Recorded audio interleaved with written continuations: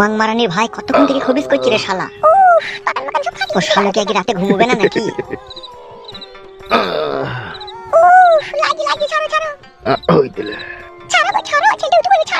One shot please, if you don't mind.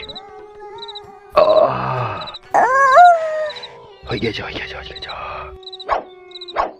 কেমন আরাম হইল? চলো বাথরুমে চলো। দেখি ও কতক্ষণ জেগে থাকতে পারে।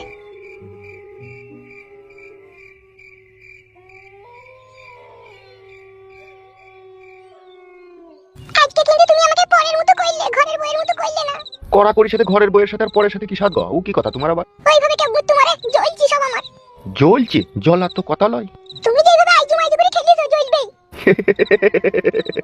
তোমাকে প্রথমেই বললাম কুকুর কাটিং দি, তুমি তো রাজি হইলে না। বাল আমার এমনি কাটিং এই জ্বলে পুড়ে গেছে, আর কুকুর কাটিং মারাইতেছে। বেশি নাকামো করো না, চলো সওগা। বাল আমার।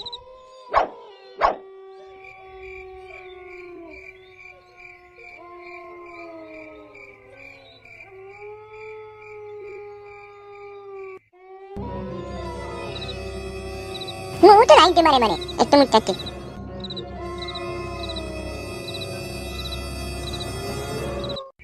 আমার মনে হচ্ছে এদেরও ঘুমিয়ে গেছে, এই সময় চাই।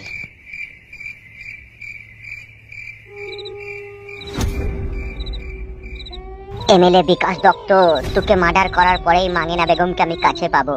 তোর মৃত্যু আর কেউ আটকাইতে পারলো না। হামসাফার, তুই এত রাতে এখানে? কি ব্যাপার তুই এত রাতে এখানে? হামসাফার দাঁড়া, হামসাফার। লাগছে বড় ভাই। বল শুইরে বাচ্চা, আধেক রাতে আমার ঘরে কেন চাকুরি ঢুকেছিস বল? এমনি বড় ভাই। এমনি লয়, তুই সত্যি করে বল তোর মনে কি ছিল? বুঝতে পারছি না, হাতে যখন চাকু আছে তোমাকে মার্ডার করতে এসেছিল না। তাই নাকি হামসাফার? চুলটা ছাড়ো বড় ভাই, চুলটা ছাড়ো। বল তুই আধেক রাতে আমার ঘরে কেন এসেছিলি? বাবা বলছি। স্পষ্ট করে বল তুই কেন এত রাত্রে আমার ঘরে ঢুকেছিলি, নালে তুই তো আমাকে ভালোভাবে চিনিস। একটা কথা সাচ্চা হামসাফার, আমি কিন্তু পাক্কা আরামের বাচ্চা। ভয় লাগছে বড় ভাই। ভয় নাই, নির্ভয়ে বল। তোমাকে মার্ডার করতে এসেছিলাম। কি বলছিস বে শালা তুই? আর কোনোদিন এরকম হবে না বড় ভাই, অন্যায় হয়ে গেছে। খান কি ছেলে সুরের বাচ্চা, তাহলে আমি এতদিন দুধ কলা দিয়ে কাল সাপ পুষছি? অন্যায় হয়ে গেছে বড় ভাই। তোর অন্যায়ের গোষ্ঠীর লেতার মারিলে সুরের বাচ্চা। ও বাবু ও বড় ভাই, আর কোনোদিন করিস না ভাই। খান কি ছেলে সুরের বাচ্চা, আমি ভুল থাকলে তো আমাকে চাকু হইতে দিবে।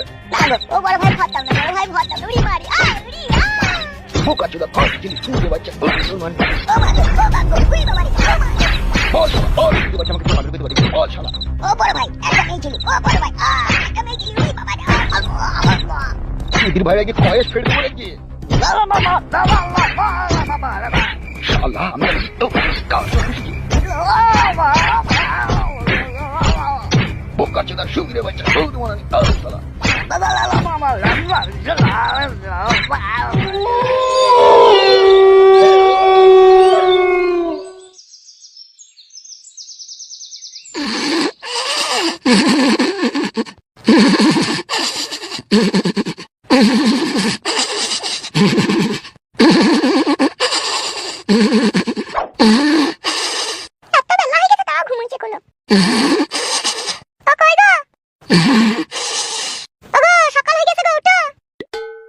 সকাল হয়ে গেল?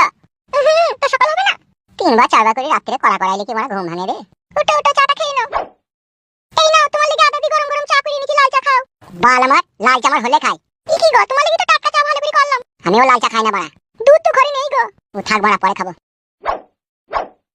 সকালটা কখন হয়েছে? কখন? অনেকক্ষণ হয়েছে, প্রায় 1 ঘন্টা হয়ে গেল। দূর বালের মাথা আমার। কেন গো? এটা ভোর করে তুলাইতে হয় বাড়া আমাকে, জানো না চারিদিকে আমার শত্রু দিনের বেলা গেলে কেউ দেখে ফেলে। কেউ দেখতে হবে না, ঢোল পাড়ার ওই গুণের ভিতরে চলে যাও। বেশ ঠিক আছে, চলো আমি। তাহলে চাটা খাবে না? তোমার লাগি করলাম। এতদিন আমার সাথে সংসার করছিস, কিছুই বুঝি না তো। আমি লাল চা খাই বড়া? তুই জানিস না গরুর 500 দুধকে মেরে 250 করিয়ে সেই দুধ আমি চা করে খাই। দুধ না থাকলে আমি কি করব বলো? দুধ তো ছিল, সেটাকে গেলে টেনে ছিঁড়ে বাই করে 1 কাপ চা করে দিতে পারতিস। বেশ ঠিক আছে, এর পরের দিনকে করে দেবো, এটা খেয়ে নাও। ও আমি খাবো না, ভুলে না, দোকানে আমি খেয়ে নেবো, আমি চললাম।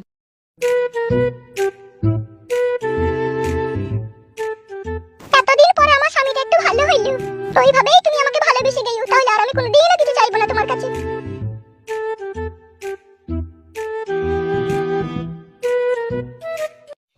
সকাল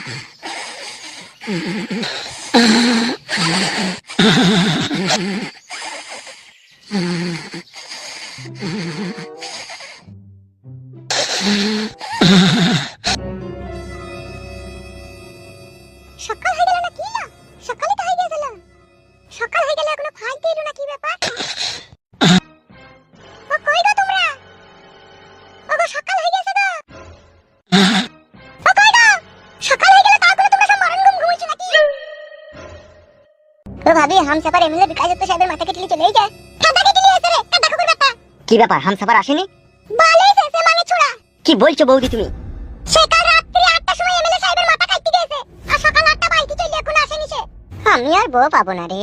শালা হামসাফার ভারী চিন্তা দিয়ে গেল তো। সেটাই তো আমারও চিন্তা হচ্ছে, ধরা পড়ে গেল না তো আবার। এখন তাই বাকি করে বলবো বৌদি, যদি মারা ধরা পড়ে যায় তাহলে তো ঘায়ের উপরে বিষ ফোড়া হয়ে যাবে তো। হামসাফার কি লাচুদা তোমাকে বললি যেমন করে হোক এমএলএ বিকাশ দত্ত সাহেবকে মার্ডার করে তার কল্লাটাকে কেটে আনবো। এবার কি হবে তাহলে ভাবে। কই রে কেলো? বৌদি কই গো?